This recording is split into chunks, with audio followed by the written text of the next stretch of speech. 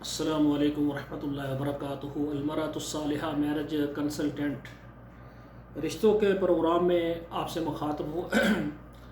آج میں جو ہماری بیٹیاں بہنیں خواتین ہیں ان کو ایک بات سمجھانے آ رہا ہوں۔ امید ہے میری بات کو بیٹیاں بہنیں توجہ کے ساتھ سنیں گی اور آج کا میرا پروگرام مکمل سننا۔ انشاءاللہ تعالیٰ پھر کوئی بیٹی یہ نہیں کہے گی کہ میرے ساتھ کسی نے دھوکہ کیا ہے۔ میں عرصہ دراز سے خواتین و حضرات آل پاکستان، تمام عرب ممالک اور تمام یورپ میں ہماری خدمات موجود ہیں۔ تو یہاں پر ایک میں گزارش کرنا چاہتا ہوں کہ اکثر بیٹیاں جو ہوتی ہیں نا، جب وہ شادی کرتی ہیں تو ان کا مائنڈ ہوتا ہے کہ ہم نے ایسے لڑکے کے ساتھ شادی کرنی ہے کہ جو لڑکا وہ کیا کہتے ہیں، مالدار ہو۔ سب سے پہلے ان کی نظر ہوتی ہے کہ اس کا اپنا مکان ہو، اچھی کوٹھی ہو۔ دوسرے نمبر پر یہ ہوتا ہے کہ اس کے پاس اچھی گاڑی ہو۔ تیسرے نمبر پر یا اس کی اچھی ملازمت ہو یا اچھا کاروبار ہو۔ یہ تین چیزیں جو ہے نا لڑکیاں دیکھتی ہیں۔ لڑکی جو آج کل کی ہماری بیٹیاں بہنیں ہیں وہ نہ شکل و صورت دیکھتی ہیں، نہ ذات دیکھتی ہیں، نہ بیک گراؤنڈ دیکھتی ہیں، نہ دین دیکھتی ہیں۔ ان کے نظر میں یہ ہوتا ہے کہ ہمارے والدین ہمارے گھروں میں غربت ہے، تو ایسا لڑکا ہو جو خوبصورت ہو یا نہ ہو، عمر اس کی جتنی بھی ہو، لیکن وہ مالدار ہو۔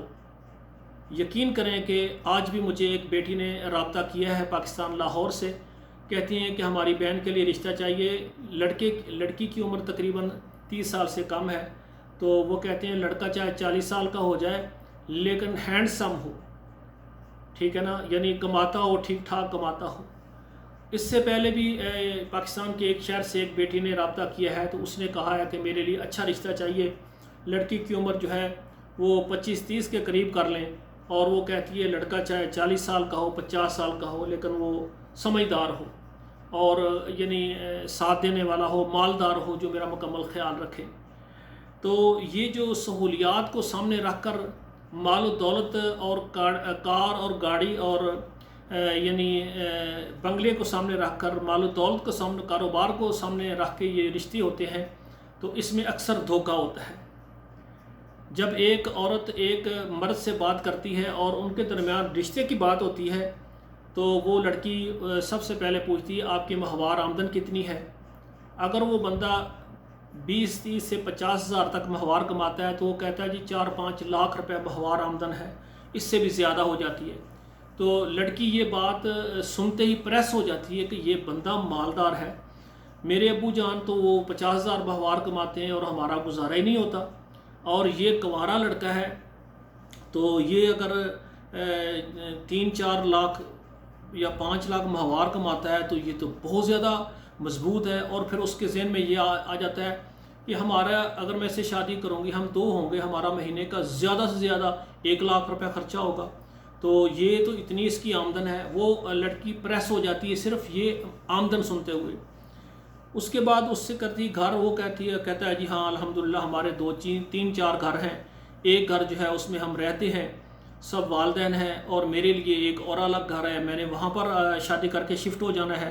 اس کے علاوہ 3-4 ہمارے ایسے گھر ہیں، وہاں ہمیں کرایہ آ رہے ہیں، بہت زیادہ ہمارے پلاٹ ہیں، زرعی زمین ہے۔ یہ لڑکی یہ سنتے ہی فوراً یہ پریس ہو جاتی ہے کہ واقعی یہ بندہ تو بہت مالدار ہے، اس سے شادی کرنے کے بعد تو میری ہر ضرورت پوری ہوگی۔ اس کے بعد کہتی ہے گھر میں کوئی گاڑی وغیرہ رکھی ہوئی ہے، تو وہ کہتا ہے جی ہاں ماشاءاللہ میرے ابو کی الگ گاڑی ہے، میرے پاس الگ ہے، 2-3 بائک ہیں، اور الحمدللہ ہم تو بہت مضبوط ہیں۔ اب وہ سوچتی ہے کہ اس کے ماں باپ کی الگ گاڑی ہے اور اس کے پاس ذاتی پرسنل الگ ہے، یہ میرے لیے بہت بہتر رہے گا۔ اب وہ لڑکی جب 3 سوالوں کے جواب سے مطمئن ہو جاتی ہے اور وہ پھر دن رات اپنے اندر خواب دیکھتی ہے کہ اس سے میں شادی کر لوں گی، یہ بہت مالدار ہے، ٹھیک ہے نا، تو یہ میرے اچھے سے ایڈریس، میرے خواب یہ پورے ہو جائیں گے۔ اس کے بعد وہ نہ اس کے والدین کے متعلق کوئی سوال کرتی ہے، نہ بہن بھائیوں کے متعلق سوال کرتی ہے، نہ اس کی ذات، نہ اس کا دین۔ جب اس نے اس کی کوٹھی، کار اور اس کی ماہوار آمدن دیکھا کہ میری خواہش اور میری سوچ سے کہیں زیادہ بڑھ کر ہے، تو پریس ہو کر وہ ہر چیز کو پیچھے رکھ کر کہتی بس میں انہیں آپ سے ہی شادی کرنی ہے۔ وہ بندہ چاہے کسی سے قرض لے کر، پتہ نہیں اس کے کتنی تنگی کے حالات ہیں، وہ اس کو ایک موبائل سینڈ کر دیتا ہے کہ یہ موبائل تحفہ ہے، یہ تو میں نے آپ کو تحفے کے طور پر دیا ہے، آپ کی شادی مجھ سے ہو یا نہ ہو مجھے کوئی فرق نہیں پڑتا، اللہ نے بڑا دیا ہے۔ یہ اس کا موبائل لے کر جو ہے نا تو یہ بڑی خوش ہوتی ہے کہ ابھی تو شادی نہیں ہوئی تو اس نے مجھے موبائل لے دیا۔ ریلیشن اس کے چلتے رہتے ہیں، وہ ماہوار 5-4 ہزار روپے گفٹ کر دیتا ہے تو یہ سمجھتی ہے یار ابھی تو اس سے میری بات ہی نہیں چلی تو اس نے تو میرے نخرے اٹھانے شروع کر دیے ہیں۔ تو وہ کہتی بس میں نے زندگی میں شادی آپ سے ہی کرنی ہے، آپ میرے والدین کے پاس آئیں، رشتہ مانگیں۔ جب والدین سے وہ رشتے کا سوال کرتے ہیں تو یہ لڑکی کہتی ہے بس آپ نے میری شادی کرنی ہے، میں خوش رہوں گی، آپ اس کو ہاں کر دیں۔ والدین کہتے ہیں بھائی ہم اس کا گھر دیکھیں گے، ہمیں کچھ دیکھنے میں وقت لگے گا، اس کے ماں باپ بہن بھائی، اس کے ہمسایوں، اس کا بیک گراؤنڈ ہم چیک کرتے ہیں۔ وہ لڑکی کیونکہ اس کے مال سے پریس ہو جاتی ہے، وہ کہتی ہے کوئی بات نہیں، آپ اللہ پر اعتماد کریں، کوئی بات نہیں، بس ٹھیک ہے۔ وہ والدین کو اتنا مجبور کر دیتی ہے کہ پہلی مجلس میں ہی والدین ہاں کر دیتے ہیں، اور اس کے بعد جو ہے وہ شادی ہو جاتی ہے۔ شادی کے بعد جب 1-2 دن گزرتے ہیں تو وہ بہت خوش ہوتی ہے۔ اس کے بعد پتہ چلتا ہے کہ یہ جو مکان ہے جس میں اس نے یعنی شادی کی ہے یہ بھی تو کرائے کا ہے، اور اس کے بعد جو اس کے پاس گاڑی ہے، اس کے پاس کوئی گاڑی نہیں، یہ اس نے 1 ہفتے کے لیے رینٹ پر گاڑی لی ہوئی ہے صرف، اور اس کے بعد اس کی ماہوار آمدن وہ اس کی کچھ بھی نہیں ہوتی۔ جب بیک گراؤنڈ اس کا پتہ کیا جاتا ہے تو اس کے والدین یا بہن بھائی محلے والے بتاتے ہیں یہ تو آوارہ ہے، یہ تو کچھ بھی نہیں کرتا، بس ہر مہینے ماں باپ سے پیسے کھینچتا ہے، چھینتا ہے، لڑائیاں کرتا ہے، اور یہ تو کوئی کاروبار نہیں۔ اب وہ لڑکی حیران ہو جاتی ہے۔ جب وہ لڑکی اس کو کہتی ہے کہ دیکھیں آپ نے میرے ساتھ دھوکہ کیا، وہ کہتا ہے میں نے تو دھوکہ نہیں کیا، آپ نے تو میرے ساتھ پیار کیا ہے، آپ نے میرے ساتھ محبت کی ہے، ٹھیک ہے نا، اگر آپ نے میرے ساتھ محبت کی ہے تو آپ رہیں، اگر آپ نے کوٹھیوں اور جائیداد اور پیسوں کے ساتھ آپ کو محبت ہے تو آپ چلی جائیں۔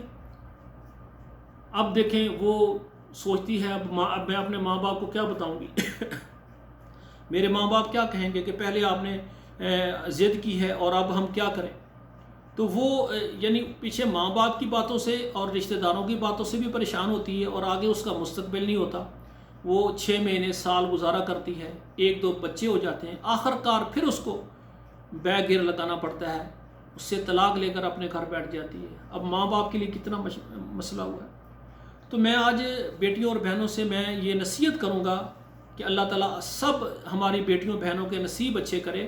کوئی بھی بندہ ہوتا ہے آپ سب سے پہلے اس کے دین کے متعلق پوچھیں کہ آپ کا دین کیسا ہے، اس کے بعد اس کا حسب و نسب پوچھیں، اس کے ماں باپ بہن بھائیوں کے متعلق پوچھیں۔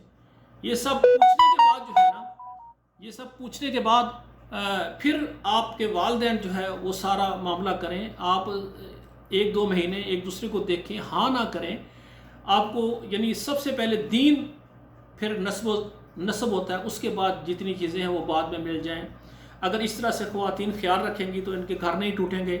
تو میری تمام بہنوں بیٹیوں سے گزارش ہے کہ مرد بہت دھوکے باز ہوتے ہیں، جھوٹ بولتے ہیں، تو مردوں کی باتوں میں آ کر اپنی زندگی تباہ نہ کریں، بلکہ آپ دین کو ترجیح دیں۔ جب دین ہو جائے گا، ایک بندہ سچا ہے، وہ صحیح بات آپ کو بتا رہا ہے، اس پر آپ اعتماد کریں اور ایک دوسرے کو دیکھیں۔ اللہ ذوالجلال سے دعا ہے کہ اللہ ذوالجلال تمام بیٹیوں بہنوں کے نصیب اچھے کریں۔ آپ ہمارے چینل پر آئیں اور واٹس ایپ میں ہمارے ساتھ مشورہ کریں، انشاءاللہ ہم آپ کو اچھا مشورہ دیں گے اور پاکستان بیرون ممالک سے آپ کو اچھا رشتہ دیں گے۔ آخر میں دعا ہے اللہ ہماری بیٹیوں کے نصیب اچھا کرے۔ والسلام علیکم ورحمۃ اللہ وبرکاتہ۔